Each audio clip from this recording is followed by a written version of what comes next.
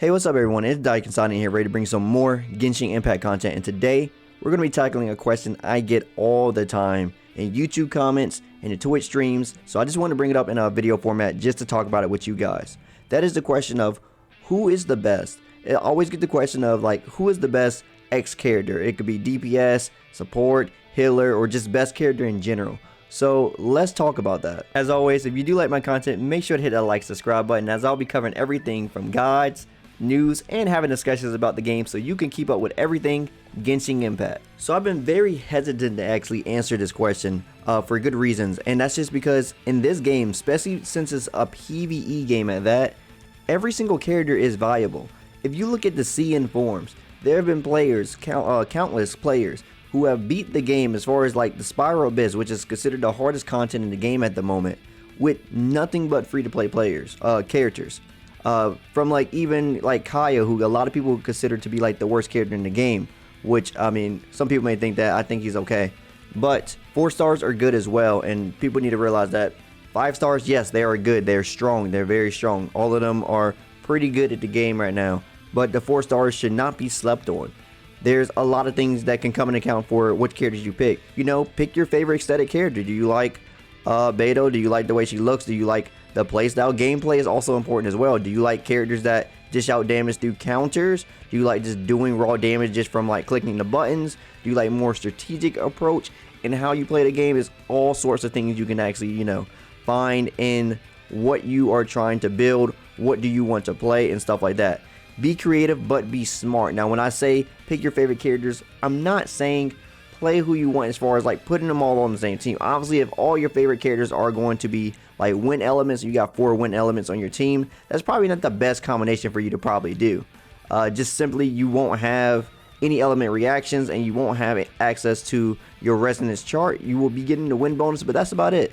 So make sure that you are building the characters that you want, but in a strategic manner, of the way of basically making sure your characters are in a viable team. So for example, if I wanted to play Beto, I'll sit here and be like, okay, out of the characters I have, what is the best possible team that I can basically make to get the best benefits out of this character, right? So one of my best favorite combinations for playing Beto is using Xiaoling, just because of the fire. So if you don't know how Beto works, she pretty much has this counter that she can pull out at any time like this. When you hit it twice, she gets the max stats, but she can actually self-inflict this.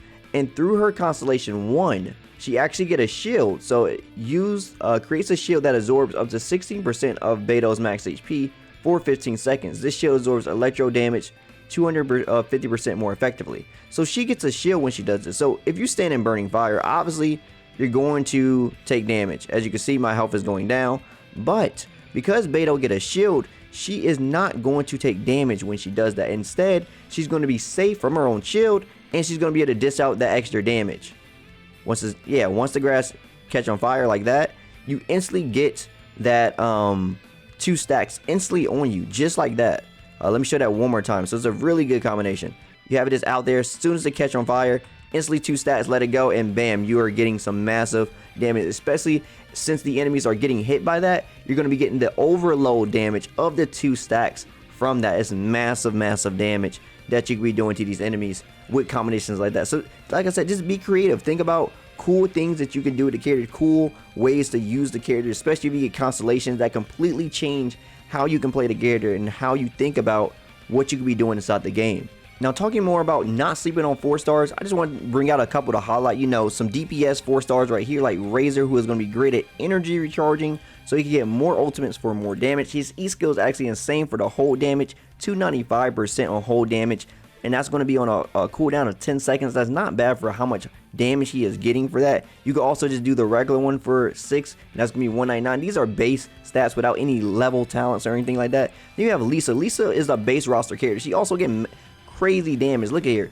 You can get stacks on her basically from this. Once you get the stacks, you can hold it and increase her damage up to a max of 487 seconds. Yes, she has a long cooldown, but there's weapons and stuff you can do to lower cooldown chances and stuff. It's just all based on what you want to do. If you see the character, you see how they work, and you want to play around that, there's things you can do.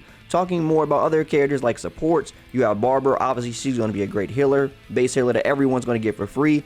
She scales off HP, so she's not going to be doing much damage, but you know, you scale her on 8 HP properly, along with some nice other benefits with sets to make her into a more of a support character by giving everyone energy recharge and stuff like that, or giving everybody you know, a buff in their elemental damage and stuff. She could be an even better support than just healing through the artifact sets, and weapons that you give them can also affect stuff like that. So just keep that in mind. Another good character that's also a good support character is Fischl. Fischl is going to be able to give you the Oz. Oz is also a great support. When he comes out, he just sits out there. He does a lot of damage. You don't really have to worry about it. And then she also has, like, you know, good constellations and stuff like that too. Especially once you get to this, where Oz is going to stay out there, and then also does additional damage when she's out there too. So you get a support with your character. It's pretty cool. There's other characters too, so if you want to play more of a bruiser style, for people who don't know what bruisers are, pretty much characters that can are like a little bit tanky but can still deal some damage too. You're going to be looking at characters like Beto. You know, she's going to want to have a lot of HP. She just naturally has like pretty decent HP pool too, just because she's a counter character, so they know she's going to be taking a little bit more damage, because they know you got to get hit in order to get her big damage out there too. She also has some good constellations as well, ones that are going to basically be able to give her some crazy things, especially some of her talents too. When she start getting the precise hit count right there, the counter attacks, so you get maximum damage from like counter attacking at the right time. So just utilizing things like that. And of course Noelle, who is more of a defensive type character, she's not going to be dealing as much damage, but she can also do, you know, a little bit of everything. She can give you shield, she can heal, and she can still do some decent amount of damage, because she's going to be scaling off the effects that you're going to be giving her, which is going to be defense. So yeah, it's a bunch of 4-star characters, bunch of free 4-star characters that you can get inside this game that can definitely help you out, that are definitely still valuable. So it's nothing to really worry about when it comes to who's the best. Obviously there's going to be characters at 5-star ranges you're going to want to get, because obviously you like them, but I'm just letting you guys know that there's some cool characters inside of the 4-star range as well that can definitely help out your teams just as much as a 5-star can. Now some of you guys may be saying, hey, well Daikin, that's cool and all, but all I get is weapons, I don't get characters. Let me tell you guys a little secret. If you want to get more characters, it is in your best interest to actually pull on the uprate banner. The reason is because, of course, those characters are going to have that rate up, and you know that the characters are within that pool. Percentage of 5-star items drop, 50% up. Same with these characters right here in the 4-star. So as you look down here, you see all these characters right here inside of the 5-star range. But you see all these characters here, but in the 4-star range, you start to see these weapons here too.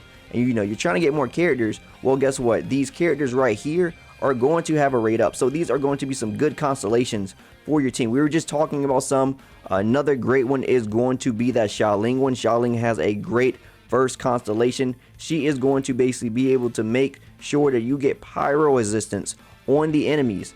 If you're running that along with a team that has the resonance for pyro, you're going to be looking at something great, because the pyro, double pyro, is actually going to be able to give you some nice attack bonuses, increased by 25%, guys. So if you're running her and decreasing pyro resistance, and you know you happen to have a 5-star like D-Luke, or you know you're using another fire character, then you can get some nice pyro resistance and some great damage for utilizing that. So once again, just want to showcase why 4-stars are definitely good to have on your team. They definitely have some good benefits. They definitely increase the amount of damage you could do in some aspects when you have the constellations, because you're going to get a lot of constellation in 4-stars. And you know, I like to keep telling people that a great maxed out constellation 4-star can be just as good or even better than just a 5-star raw, because you're just going to have that much more power built within them.